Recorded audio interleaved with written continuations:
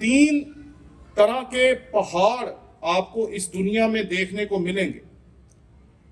پہلی قسم کے پہاڑ جو ہوتے ہیں وہ پہاڑ ہوتے ہیں جن کو ہم سرسبز پہاڑ کہتے ہیں۔ ان پہ آپ کو سبزہ دکھائی دیتا ہے، اور جب بھی آپ مری کی طرف جاتے ہیں یا اوپر کی طرف جاتے ہیں پہاڑوں کی طرف، تو آپ کو زیادہ تر پہاڑ سرسبز ملتے ہیں۔ لیکن جب آپ کوئٹہ کی طرف جاتے ہیں اور کوئٹہ کی طرف سفر کرتے ہیں تو وہاں پر جو پہاڑ ہیں ان کے اوپر آپ کو پودے، درخت اور کچھ بھی دکھائی نہیں دیتا، کیونکہ وہ خشک پہاڑ ہیں۔ لیکن پہاڑوں کی ایک تیسری قسم بھی ہے جو مٹی کے پہاڑ ہوں گے۔ جب آپ لاہور سے اسلام آباد کی طرف سفر کرتے ہیں تو اچانک ہی رستے میں مٹی کے پہاڑ آنا شروع ہو جاتے ہیں، اور جب آپ ان پہاڑوں کو دیکھتے ہیں تو آپ کو لگتا ہے کہ یہ پہاڑ ہیں، لیکن پہاڑ اور پہاڑ کی قسم میں فرق ہے۔ جو خشک پہاڑ ہیں، جب آپ اس کو دیکھتے ہیں تو آپ کے اندر مایوسی آنا شروع ہو جاتی ہے۔ آپ کو ایسا لگتا ہے جیسے ہر طرف موت ہے، ہر طرف مایوسی ہے اور کوئی امید نہیں۔ لیکن جب آپ سرسبز پہاڑوں کو دیکھتے ہیں تو آپ کو دیکھ کے لگتا ہے کہ یہاں پر زندگی ہے، خوبصورتی ہے۔ اسی لیے زیادہ تر لوگ جو ہیں وہ مری کی طرف اور اس سے آگے جانا پسند کرتے ہیں، کیونکہ جب آپ یہاں جاتے ہیں تو آپ کو زندگی دکھائی دیتی۔ پہاڑ کی ایک خوبی ہے کہ جب آپ اس کے نیچے ہوتے ہیں تو آپ کو سارا پہاڑ دکھائی دیتا ہے، لیکن جب آپ پہاڑ کے اوپر چڑھ جاتے ہیں تو پھر آپ کو زمین اور زمین کی چیزیں جو ہیں وہ چھوٹی دکھائی دینا شروع ہو جاتی ہیں۔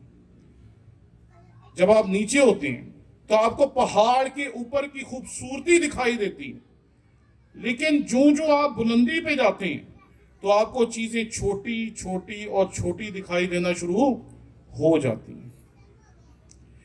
جب میں اس حوالے کو دیکھ رہا تھا تو یہاں خداوند کے کلام میں ہمیں بتایا گیا ہے کہ جب تم پست تھے، جب تم مصر میں غلام تھے، تو تمہیں خدا کی عظمت یاد آتی تھی، تمہیں کوہ سینا یاد آتا تھا، تمہیں موسیٰ کی وہ تمام باتیں جو بڑی بڑی معجزات خدا نے اس سے کروائے وہ دکھائی نہیں دیتے تھے، بلکہ تمہیں کیا دکھائی دیتا تھا؟ تمہیں دکھائی دیتا تھا کہ جب ہم مصر سے نکلیں گے تو کتنا عالی شان ہمارا مستقبل ہوگا، ہم بھی مصریوں کی طرح محلوں میں رہیں گے، ہم بھی مصریوں کی طرح غلاموں پہ حکومت کریں گے۔ لیکن جو ان چیزوں کو وہ حاصل کرتے جاتے ہیں، جو وہ بلندی کی طرف جاتے ہیں، ان کو چیزیں چھوٹی دکھنی شروع ہو جاتی ہیں۔ آج سے چند سال پہلے میں دبئی میں تھا تو شاید زندگی میں کبھی اتنی بلندی پہ نہیں رہا، کیونکہ وہ بہت اونچا ہوٹل تھا جس میں مجھے انہوں نے ٹھہرایا تھا۔ جب میں نے نیچے دیکھا کھڑکی سے باہر تو آپ یقین مانیں کہ ساری چیزیں کیڑے مکوڑے لگ رہی تھی اور انسان تو نظر ہی نہیں تھے آ رہے۔ خدا ہماری اس فطرت سے واقف ہے، اور وہ بنی اسرائیل کو کہتا ہے سو خبردار رہنا، کہیں ایسا نہ ہو کہ تو خداوند اپنے خدا کو بھول کر اس کے فرمانوں اور حکموں اور آئین کو جن کو آج میں تجھ کو سناتا ہوں ماننا چھوڑ دے۔ بنی اسرائیل جس علاقے میں رہتے تھے وہ کنانیوں کا علاقہ تھا، ان کے پاس سینکڑوں خدا تھے۔ جیسے آپ ہندوؤں کو دیکھتے ہیں کہ ان کے پاس سینکڑوں نہیں، لاکھوں نہیں، کروڑوں کی تعداد میں خدا ہیں، اسی طریقے سے بنی اسرائیل کے ارد گرد جو قومیں تھیں ان کے پاس بہت سارے خدا تھے۔ اس لیے جب خدا یہ بات بنی اسرائیل کے ساتھ کرتا ہے تو وہ ان کو بتاتا ہے کہ میں کون ہوں۔ جن خداؤں کو تم اپنے ارد گرد دیکھ رہے ہو میں ان خداؤں میں سے نہیں ہوں۔ وہ اپنا نام جو اس نے موسیٰ کو بتایا تھا، جو نام اس نے موسیٰ پہ ظاہر کیا تھا، وہ نام یہاں پر وہ استعمال کرتا ہے، کیونکہ وہ کہتا ہے میں خداوند خدا ہوں، اور خداوند کے لیے وہ اپنا وہ نام استعمال کرتا ہے جس کو اکثر آپ اپنی عبادات میں یہوہ کہہ کر پکارتے ہیں۔ وہ یہاں پر کہہ رہا ہے خبردار رہنا کہ تیرے ارد گرد کے جو خدا ہیں بہت خوبصورت ہیں، لیکن ان کو دیکھتے دیکھتے کہیں ایسا نہ ہو کہ تو خداوند اپنے خدا کو بھول جائے، اور اپنے خداوند خدا کو بھول جائے، اس کے حکموں کو بھول جائے، اس کے آئین کو بھول جائے، اس کی مرضی کو بھول جائے، اور اس کی برکتوں کو بھی بھول جائے۔ جیسے ہی گل نے کہا نا کہ یہ سانس برکت ہے، تو ساروں کو احساس ہوا ہوئی سیدھے ساہ لے رہے ہیں، اس سے پہلے کسی کو نہیں تھا پتا کہ ہم سانس لے رہے ہیں۔ کیوں؟ کیونکہ ہم انسان ہیں، اور انسانوں کو عادت ہوتی ہے کہ وہ اپنی برکات کو دیکھ نہیں پاتے۔ جو برکتیں خدا نے ہمیں دی ہوتی ہیں ہم ان برکتوں کو فراموش کر دیتے ہیں، اور ہم ان چیزوں کو دیکھتے ہیں جو ہمارے پاس نہیں ہیں۔ لیکن خدا یہاں بنی اسرائیل کو کہہ رہا ہے بھول نہ جانا، نہ میرے حکموں کو، نہ میرے آئین کو، اور نہ میری برکتوں کو۔ اور آگے جب ہم اگلی آیت پڑھتے ہیں تو یہاں پر لکھا ہے کہ اور تیرے گائے بیل کے گلے اور بھیڑ بکریاں بڑھ جائیں، اور تیرے پاس چاندی اور سونا مال بکثرت ہو جائیں۔ ایک آپ نے ویڈیو دیکھی ہوگی آج کل بہت زیادہ وائرل ہے کہ ایک افریقہ میں ایک بچے کو ایک بندہ چلتا چلتا ڈونٹ دیتا ہے۔ ڈونٹ سمجھتی ہے نا وہ، آپ تو کھاتے رہتے ہیں، امیر لوگ ہیں، تو ڈونٹ جو ہوتا ہے نا وہ اس بچے کو دیتا ہے، اس کے بعد بہت سارے ہوتے ہیں تو کھا رہا ہوتا ہے، کھاتے کھاتے وہ کہتا ہے میں تو پیٹ میرا بھر گیا، تو وہ اس بچے کو دیتا ہے، تو وہ بچہ جو ہے وہ وہیں خدا کے حضور جھک جاتا ہے، ہاتھ جوڑتا ہے اور خداوند کا شکر ادا کرتا ہے۔ میں نے جب وہ ویڈیو دیکھی تو مجھے یاد آیا کہ جب ہمارے پاس روپیہ نہیں ہوتا، پیسہ نہیں ہوتا، ہم غریب ہوتے ہیں، ہمارے پاس کچھ نہیں ہوتا، ہمارے سامنے ہمیں دنیا دکھائی دیتی ہے، لوگوں کے پاس گاڑیاں ہیں، کاریں ہیں، بڑی بڑی برکتیں ہیں، یہ سب چیزیں ہم دیکھتے ہیں جب نیچے سے، تو تب ہم خداوند کے بڑے شکر گزار ہوتے ہیں۔ لیکن جب آہستہ آہستہ خدا ہمیں برکتیں دیتا رہتا ہے اور ہم بلندی پہ جانا شروع ہو جاتے ہیں، تو پھر ہمیں انسان اور خدا کی دی ہوئی برکتیں بھولنا شروع ہو جاتے ہیں۔ پھر اسی کہنے ہیں ساڑھے ارگا تو کوئی ہے ہی نہیں، اور پھر ہم ایک بیماری کا شکار ہو جاتے ہیں۔ اور میں اسے بیماری اس لیے کہہ رہا ہوں کیونکہ سچ مچ یہ وہ بیماری ہے جو آپ کو اندر سے کھاتی ہے، جو ہمیں اندر سے کمزور کرتی ہے۔ اور یہ بیماری جو ہے یہ دراصل فخر ہے۔ میں نے اپنی زندگی میں جو کچھ حاصل کیا، میں محنت کر کے کامیاب ہوا، میں پڑھ کے یہاں تک پہنچا، میں نے یہ حاصل کیا، یہ حاصل کیا، یہ حاصل کیا، یہ حاصل کیا، ہمیں فخر ہوتا ہے اپنی کامیابیوں پہ۔ اور ابلیس کس وقت آپ کے فخر کو تکبر میں بدل دیتا ہے ہمیں پتہ ہی نہیں چلتا۔ ہمیں جب پتہ چلتا ہے کہ کل تک ہم جب دوسروں کو دیکھ کر واہ واہ کرتے تھے، آج جب ہم دوسروں کو دیکھتے تو ہمیں ان پہ غلطیاں دکھائی دیتی ہیں، ہمیں کمیاں دکھائی دیتی ہیں، ہمیں کمزوریاں دکھائی دیتی ہیں، ہمیں دکھائی دیتا ہے کہ اس کے پاس کیا نہیں ہے اور میرے پاس کیا ہے، میں کیا شے ہوں۔ کس وقت یہ بخار ہمارے دماغ کو چڑھ جاتا ہے ہمیں پتہ بھی نہیں چلتا، اور پھر خدا کو ہماری مرمت کرنی پڑتی ہے۔ مرمت غلط لفظ نہیں، ہم پنجابی میں جب اسے مرمت کہتے ہیں تو غلط معنی میں استعمال کرتے ہیں۔ مرمت کا مطلب ہے درست کرنا، جو یہاں پر خدا کہہ رہا ہے۔ خدا اسے احساس دلا رہا ہے کہ تو امیر ہوگا، اور پرانے دور میں جو امیر ہوتا تھا اس کے پاس جانور ہوتے تھے، بھیڑیں ہوتی تھی، بکریاں ہوتی تھی، گائیاں ہوتی تھی، یہی چیزیں ہوتی تھی۔ لیکن آج کل کے ہم لوگ جو ہیں ہم ان چیزوں کو اس طریقے سے نہیں سمجھتے، لیکن اگر آپ گاؤں میں چلے جائیں تو آج بھی وہاں جس کے پاس بہت زیادہ جانور ہے وہ وہاں کا چودھری کہلاتا.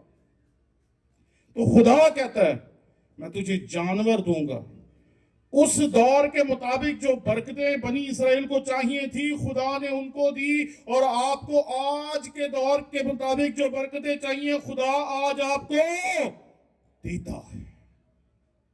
آج کے مطابق خدا ہمیں برکتیں دیتا ہے. اور پھر یہاں پر لکھا ہے اور تیرے گائے بیل کے گلے اور بھیڑ بکریاں جمع بڑھ جائیں اور تیرے پاس چاندی اور سونا اور مال بکثرت ہو جائے. خدا کہتے ہیں یہ سب کچھ تیرے پاس ہوگا. کیوں بلا؟ اصل میں ہم بڑے عجیب سے لوگ ہیں. خدا نے جو ہمیں دے کے بھیجا ہم وہی مانگتے رہتے ہیں. جو خدا نے ہمیں تب دیا جب ہم وجود میں نہیں تھے آئے, جب آپ اور میں ابھی آدم میں تھے, اور خدا نے پہلے مرد اور عورت کو تخلیق کیا تو اس نے ان کو تمام کائنات کی برکتیں دے دی تھی. لیکن ہم ان برکتوں کو حاصل کرنے کے لیے آگے بڑھتے نہیں, بلکہ ہم یہی کہتے رہتے کہ شاید مجھے دعا سے مل جائے گا, شاید مجھے اس سے مل جائے گا, شاید ویسے مل جائے گا. 90% ساڈیاں پینا اجے تک نوٹاں دے بیگ دے انتظار کر دیا کہ خدا کہ تو نوٹاں دا بیگ لب جائے. میں حیران ہوں, جب میں گاؤں میں جاتا ہوں تو وہاں بھی عورتیں نوٹوں کے بیگ کا انتظار کر رہی ہیں. جب میں لاہور آتا ہوں یہاں بھی بہنیں نوٹوں کے بیگ کا انتظار کر رہی ہیں. جب کسی اور ملک میں جاتا ہوں وہاں بھی سب نوٹوں کے بیگ کا انتظار کر رہے ہیں. اور مزے کی بات ہے خدا نوٹوں کا بیگ دیتا ہی نہیں. اس نے برکتیں آپ کو دے کے بھیجی ہیں. ہمیں اپنے آپ کو اس قابل بنانا ہے کہ وہ برکتیں ہم حاصل کر پائیں. لیکن ہم کہتے ہیں بس بیٹھے بیٹھے سارا کچھ مل جائے. لیکن خدا یہ کہتا ہے کہ میں نے تجھے دے دیا عزت, دولت, شہرت, سٹیٹس, سب کچھ خدا نے بخش دیا.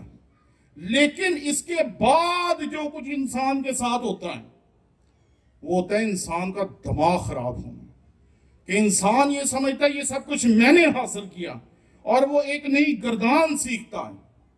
آپ نے اگر بچپن میں عربی پڑھی ہو تو آپ کو یاد ہوگا کہ اس میں ایک طریقہ کار ہے جو عبرانی جیسا ہی.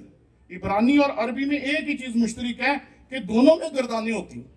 کہ آپ ایک لفظ کو پڑھتے ہیں اور اس کے ساتھ ملتے جلتے لفظ پڑھتے جاتے ہیں, پڑھتے جاتے ہیں, پڑھتے جاتے ہیں. اسی طرح کی گردان ہم اپنی بنا لیتے ہیں. میں نے یہ کیا, میں نے یہ کیا, میں نے یہ کیا, میں نے یہ کیا, میں نے ایسا کیا, میں نے ویسا کیا. اور پھر ہمارا دماغ جو ہے اس کی خدا کو مرمت کرنی پڑتی ہے. 14ویں آیت, تو تیرے دل میں غرور سمائے اور تو خداوند اپنے خدا کو بھول جائے جو تجھ کو ملک مصر یعنی غلامی کے گھر سے نکال لایا. یہ بات یاد رکھیں کہ آپ جہاں ہیں یہ آپ کے خدا کی عبادت کی جگہ ہے. جہاں آپ ہیں, جہاں آپ عبادت کرتے ہیں, وہ جگہ اس وقت مسیح کی حضوری کی وجہ سے, مسیح کی موجودگی کی وجہ سے, مسیح کے وعدے کی وجہ سے بابرکت جگہ بن جاتی ہے. اور آپ کو یاد ہوگا کہ اس نے کہا جہاں میرے نام میں 2 یا 3 جمع ہوں گے میں ان کے درمیان موجود ہوں. تو آپ برکتوں کے منبع کے پاس آ جاتے ہیں, اور برکتوں کا جو منبع ہے, جو سورس ہے, وہ ہمیں ہر طرح کی برکات دیتا ہے, ہر طرح کی برکات دیتا ہے, ہر طرح کی برکات دیتا ہے. اور یہ بات یاد رکھیے گا کہ سب لوگ ہر طرح کی نہ برکات مانگتے ہیں, اور نہ ہی سب لوگ ہر طرح کی برکتوں کو پنجابی کہتے نا پچا بھی نہیں سکتے. کئی دفعہ آپ نے اپنی زندگی میں دیکھا ہوگا کہ کسی کو کوئی برکت ملتی ہے تو وہ اسے ہضم ہی نہیں کر پاتا. تو یہ بہت ضروری ہے کہ ہم سمجھیں کہ خدا نے ہمیں جو کچھ دیا ہے وہ ہماری اوقات کے مطابق نہیں ہے. خدا نے جو کچھ ہمیں دیا ہے وہ ہماری اوقات کے مطابق نہیں ہے۔ خدا نے جو کچھ ہمیں دیا ہے وہ ماں باپ کے پیار کی طرح ہے، جو اپنے بچوں کو دینے کے لیے اپنے آپ کو قربان کرنے کے لیے تیار ہو جاتے ہیں۔ جی میں ماں پیو کا دل کرتا نا میرا بیٹا مہنگے سے مہنگا پہنے، اچھے سے اچھا پہنے، اس طرح خدا بھی جو کچھ ہمیں دیتا ہے ہماری حیثیت، ہماری اوقات، ہماری کارکردگی سے کئی گنا زیادہ برکتیں وہ ہمیں بخشتا ہے۔ لیکن ہم انسان ہیں اور ہم اپنی ذات میں ناشکرے ہیں، اور جو کچھ بھی خدا ہمیں دے دیتا ہے ہم ہمیشہ یہی سوچتے رہتے ہیں کہ اب یہ میں نے حاصل کر لیا، یہ میں نے حاصل کر لیا، یہ میں نے حاصل کر لیا، اور ابھی کیا میرے پاس نہیں ہے، اور ہم انہی سوچوں میں اپنے خدا کو بھی بھول جاتے ہیں اور اس کی عبادت کو بھی بھول جاتے ہیں، شکر گزاری کرنا بھول جاتے ہیں۔ بہت ساری جگہوں پر جب ہم جاتے ہیں تو پتہ چلتا ہے وہ دعائی کرنا بھول گئے ہیں، کھانے سے پہلے دعائی کوئی نہیں، اور پھر وہ ہمیں دیکھتے ہیں، پھر وہ پنجابی جی کہتے ہیں شرم و شرمی کہیں گے، اچھا بھائی صاحب بیٹھے، چلو بھائی صاحب ہوں تسی دعا کرو۔ لیکن ان کی جو طرز زندگی ہے اس سے پتہ چلتا ہے کہ جب آپ کھاندے ہوں گے تو کوئی دعا دو کر دے نہیں ہوں گے، کیونکہ ہمارے اندر شکر گزاری کا عنصر جو ہے وہ کم ہو جانا شروع ہو جاتا ہے، کیونکہ ہم سمجھتے ہیں کہ جو کچھ ہے وہ میں نے حاصل کیا ہے، جو کچھ ہے وہ میں نے کمایا ہے، جو کچھ ہے یہ میری محنتوں کا حاصل ہے۔ اور یہاں پر لکھا ہے تو تیرے دل میں غرور سمائے تو خداوند اپنے خدا کو بھول جائے جو تجھ کو ملک مصر یعنی غلامی کے گھر سے نکال لایا، اور ایسے وسیع اور ہولناک بیابان میں تیرا رہبر ہوا جہاں جلانے والے سانپ اور بچھو تھے، اور جہاں کی زمین بغیر پانی کے سوکھی پڑی تھی۔ ایک چیز ہمیشہ یاد رکھیں کہ ہم نے زندگی کو شروع کہاں سے کیا، ہم کہاں سے چلے۔ ایک دفعہ ایک بندہ کہتا ہے کہ جی میں نے پروفیسر صاحب آپ کو موٹر سائیکل پہ دیکھا تھا۔ میں کہا تو نے سائیکل پہ نہیں تھا دیکھا جب میرے پاس سائیکل تھی؟ کہتا ہے نہیں۔ میں کہا میرے پاس سائیکل بھی نہیں تھی، میں بسوں پہ دھکے کھاتا تھا، پھر خدا نے سمجھا کہ یار اب یہ اچھی خدمت کر رہا ہے، اس کو موٹر سائیکل تو لے دینی چاہیے، خدا نے ہمیں موٹر سائیکل دے دی۔ پھر خدا نے کہا یار یہ اچھی محنت کر رہا ہے، اس کو کار دے دینی چاہیے، خدا نے ہمیں کار دے دی۔ خدا نے کہا یہ پادری ہے اور اس کو کرائے کے گھروں میں نہیں گزارا کرنا چاہیے، خدا نے ہمیں گھر دے دیا۔ وہ بندہ سمجھ نہیں پا رہا کہ میں اسے یہ سب کچھ کیوں بتا رہا ہوں، کیونکہ میں اپنی زندگی کی کہانی کو آج تک نہیں بھولا ہوں۔ میں کہاں سے چلا تھا؟ میں جب زمین پہ بیٹھا تھا تو مجھے پہاڑ کی طرح ساری دنیا نظر آ رہی تھی کہ دنیا کے پاس کیا کیا ہے اور میرے پاس کیا نہیں ہے،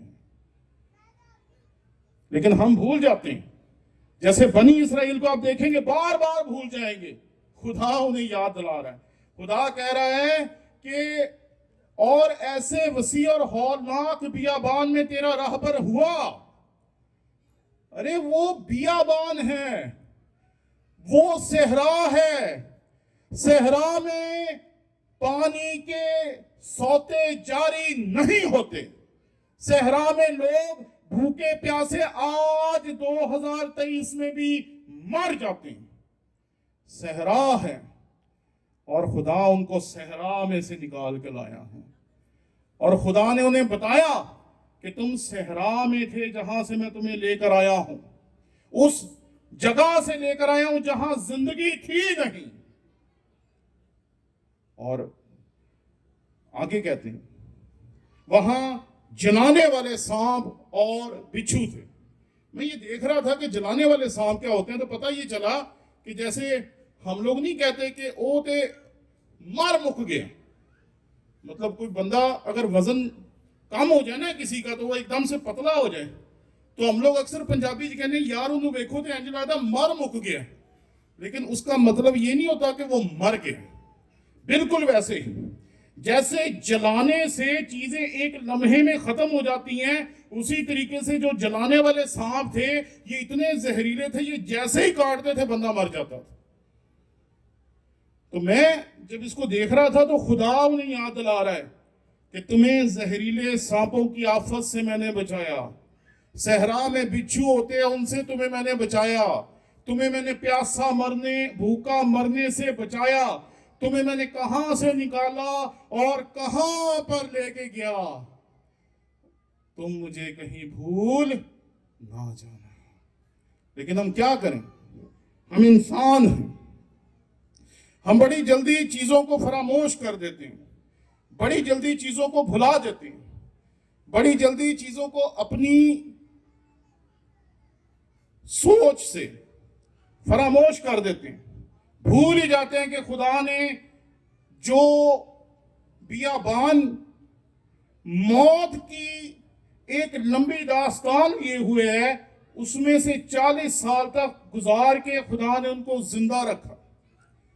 میں کل ایک جگہ پہ کلام سنا رہا تھا تو میں نے وہاں کہا کہ بنی اسرائیل بھول ہی گئے کہ خدا انہیں سمندر میں سے نکال کے لے کے گیا تھا، آگے جا کے جب وہ دریائے یردن پہ جاتے ہیں وہ پھر لڑنا شروع کر دیتے ہیں، وہ معجزات کو بھول جاتے ہیں، اور ہم بھی معجزات کو بھول جاتے ہیں۔ میری زندگی میں جو کچھ کیا ہم بھول جاتے ہیں، آپ کی زندگی میں جو کچھ کیا ہم بھول جاتے ہیں، اور ہم اپنی زندگی میں سے ان بڑے بڑے کاموں کو جو خدا نے میرے اور آپ کے لیے کیے ہم اس کو فراموش کر دیتے ہیں۔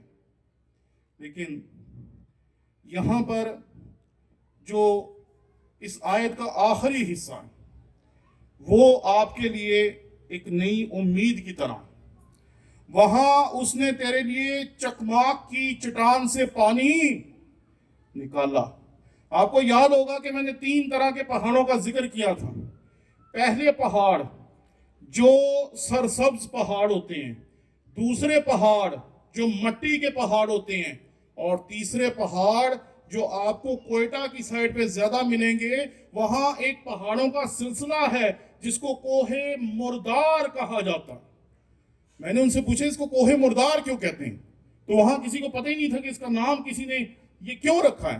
تو میں نے انہیں بتایا کہ اس کا نام کوہ مردار انہوں نے اس لیے رکھا ہوگا کہ ان پہاڑوں میں زندگی کی کوئی امید باقی نہیں ہے، لیکن میرے لیے اور آپ کے لیے میرے خدا نے چکماک کے پتھروں سے، ان پتھروں سے جہاں سے پانی کی امید نہیں تھی، ان پتھروں سے جن سے پانی نکل نہیں سکتا تھا، وہاں سے خدا نے نہ صرف بنی اسرائیل کے لیے پانی نکالا، بلکہ اگر آپ اپنی زندگی پہ غور کریں گے تو آپ کو یاد آئے گا کہ کتنی دفعہ حادثات سے، بیماریوں سے، دکھوں سے، تکلیفوں سے خدا نے آپ کو بچایا اور ہمیشہ اپنے ہاتھ کو آپ پہ ظاہر کیا۔